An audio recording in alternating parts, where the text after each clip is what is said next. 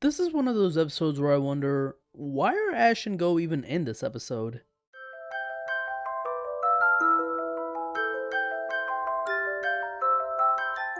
Yes, ladies and gentlemen, episode 55 of the Journey's anime titled The Tale of You and Me in Glimwood Tangle just dropped, and in this episode, our heroes head to Glimwood Tangle to find Ponyta and Rapidash, Galarian ones that is. Will they be able to find it? Let's find out.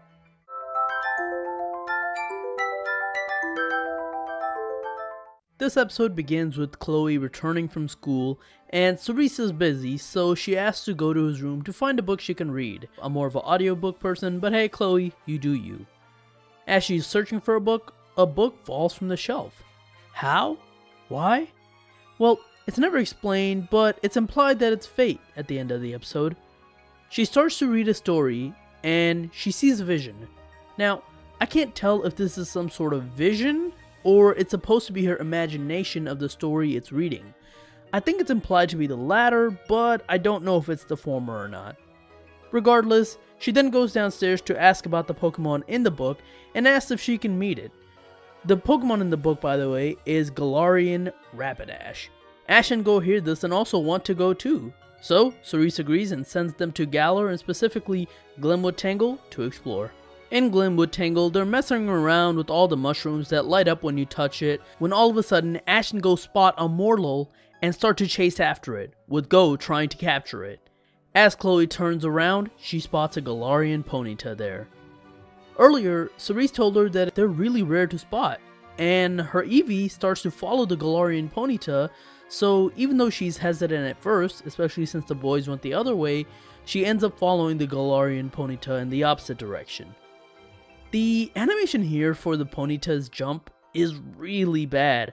I usually don't criticize the animation too much here, but in this case, the ground is way too flat for this type of animation where the Ponyta is getting smaller and smaller.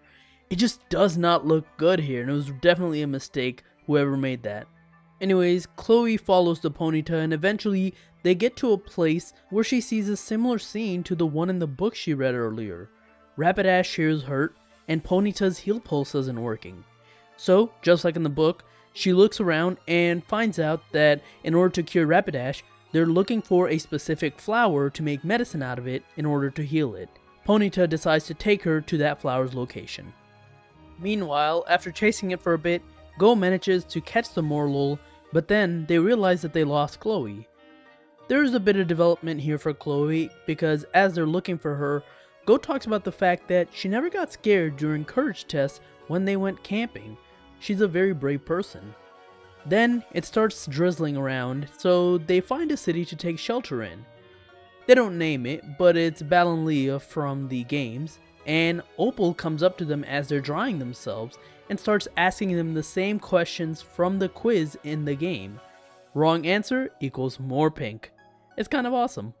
Eventually, the showering stops and Chloe, Eevee, and Ponyta leave, but they kinda have to take a break as they're going along because Chloe and Eevee are banged up.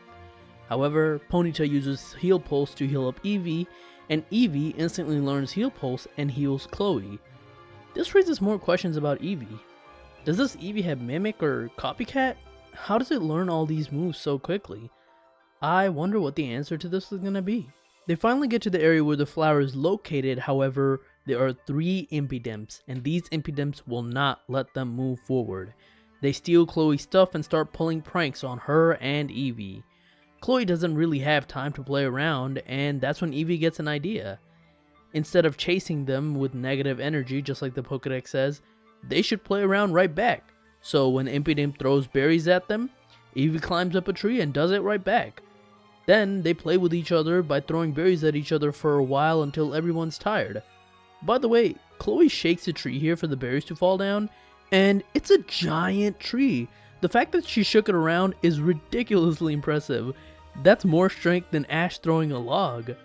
Anyways, the point of the scene I think was to establish that Chloe's finally starting to learn how to interact with Pokemon, which seems to be the entire point of this episode, but I'll get more into that during the end of this review. After everyone's tired, the Impidimp actually climb up and grab the nectar from the flower that they needed and hand it to Chloe. Obviously a thank you gift for playing with them. Chloe, Galarian Ponyta, and Eevee head back as they give the medicine to Galarian Rapidash. It drinks it, and it looks like the wound is healed, however, it still can't get up because its stamina is so low. So, Galarian Ponyta, with the help of Eevee, both use Heal Pulse to heal up Galarian Rapidash. It wakes up, and it looks like it's finally fully healed. As a thank you, it picks up Chloe on its back and tells Galarian Ponyta to do the same for Eevee as they ride through the forest, Chloe and Eevee on its back, amazed by the beauty. We finally go back to Ash and Goh, who's still answering questions for Opal, and this time they're fully decked out in pink. Ash and Goh hating it, and so does Pikachu, while Cinderace actually looks kinda dope in it. Finally, the final question that Opal asks is, who is this? As we see that Chloe has also returned here to Balanlia. She was basically trying to keep Ash and Goh there to not go look for Chloe, because that was the best thing to do. As Chloe is dismounting from Galarian Rapidash, Ash and Goh approach it, scaring both Pokemon away. Ash asks her about riding on Galarian Rapidash, and the scene ends with her commenting that she hopes to see those two Pokemon again, and I have a feeling that she might be capturing a Galarian Ponyta in the future. That's just my guess. The episode then ends with her back in Cerise's laboratory waking up, as she looks like she's read a lot more of the book, and she heads out as the professor is done with this work. Overall, this is a really fun episode. I'm kinda disappointed that nothing was done with Opal to set up for Ash and Goh. Like I said in last episode's next episode preview, I didn't expect that at all, but still. And I don't think Balanlia was named at all in this episode. I could be mistaken, but I'm surprised they didn't do that. Chloe in this episode didn't capture Ponyta, but like I said, I don't mind that at all. I think that's happening in the future. When I watched this episode for the first time, I was thinking about, what does this episode really accomplish? And I think the thing I came up with is that Chloe's now learning how to interact with other Pokemon of different types better. Not just her Eevee and her Yamper, but outside Pokemon, and learning really what it's like to be a trainer or even a researcher in the wild. This is probably just a stepping stone for her to figure out what she wants to do later in life. Also, like I said in the intro, honestly I'm not even sure why Ash and Goh are in this episode. Their interaction with Opal is funny, so I guess it accomplishes that, but this could have legitimately been a solo episode because Chloe's the main focus and for the most part the only focus. But yeah, besides a few nitpicks here, I really did enjoy this episode. If you haven't already, go ahead and check it out. I think you'd like it.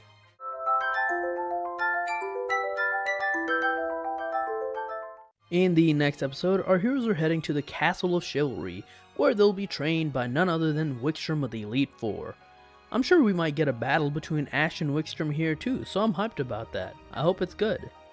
But anyways, that is it for my review of episode 55 of The Journey's Anime. Thank you so much for watching. If you liked this video, like, share, subscribe in the comments. Let me know your thoughts on this episode, and you can follow me on Twitter at TheRealPDGaming. As always, I will talk to you guys later. Peace.